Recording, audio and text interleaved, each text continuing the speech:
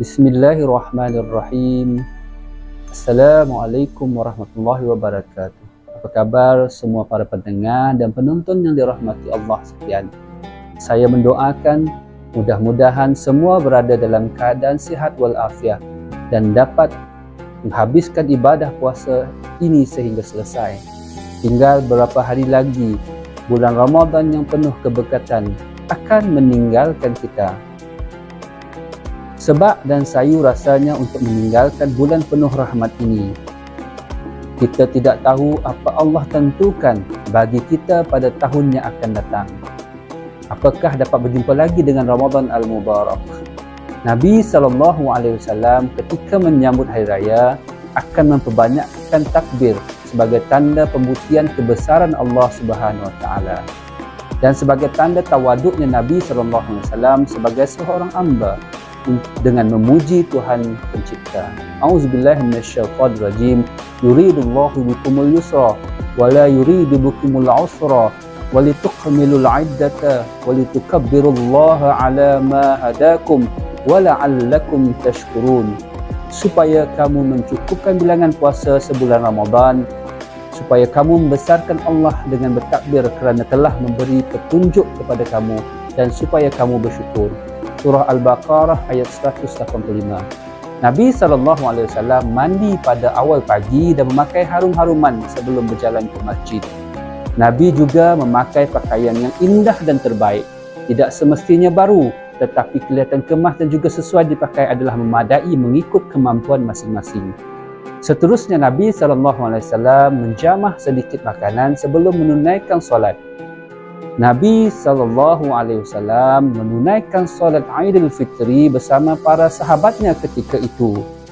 Nabi SAW balik melalui jalan yang lain, bukan melalui jalan yang sama ketika Nabi pergi. Sidang pendengar dan penonton yang dirahmati Allah sekalian, dalam pada kita rancak menyambut Hari Raya nanti, sama-samalah kita memperingati untuk tidak melakukan perbuatan menyalahi syarak dan sunnah Rasulullah SAW.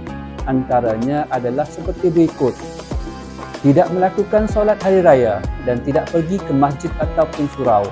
Sebaliknya hanya berada di rumah sahaja. Pergi beraya sehingga lupa untuk menunaikan solat fardu dan melambatkan solat pada waktunya. Tidak menutup aurat ataupun berpakaian menjolok mata. Bersalaman antara lelaki dan perempuan yang bukan mahram. Seterusnya, menjaga adab menjadi tetamu, seperti pilihlah masa yang sesuai apabila bertandang. Elakkan bertandang terlalu lama. Jangan mengkritik makanan yang disediakan kepada kita. Fokus ziarah niat kerana Allah Subhanahu Wa Taala untuk mengeratkan silaturahim. Lupakanlah seketika gadget masing-masing dan lain-lain.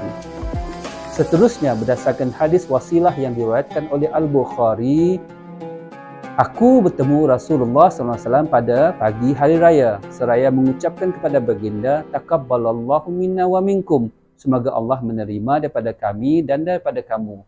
Lalu baginda menjawab, taqabbalallahu minna wa minkum, semoga Allah menerima daripada kami dan daripada kamu. Tuan rumah mendoakan tetamu, tetamu mendoakan tuan rumah. Taqabbalallahu minna wa minkum taqabbal ya karim. Mudah-mudahan Allah Subhanahu Wa Taala menerima segala amalan kita dan dimuliakan kita disebabkan perayaan ini. Selamat Hari Raya Aidil Fitri diucapkan kepada semua. Mudah-mudahan Allah Subhanahu Wa Taala memuliakan kita disebabkan dengan perginya Ramadan dan hadirnya Syawal ini. Allah mengangkat darjat kita berkat kesabaran kita menjalani segala suruhannya dan menjauhi segala tegahannya. Kullu amin wa antum bi khair wa billahi taufiq wal hidayah. Wassalamualaikum warahmatullahi wabarakatuh.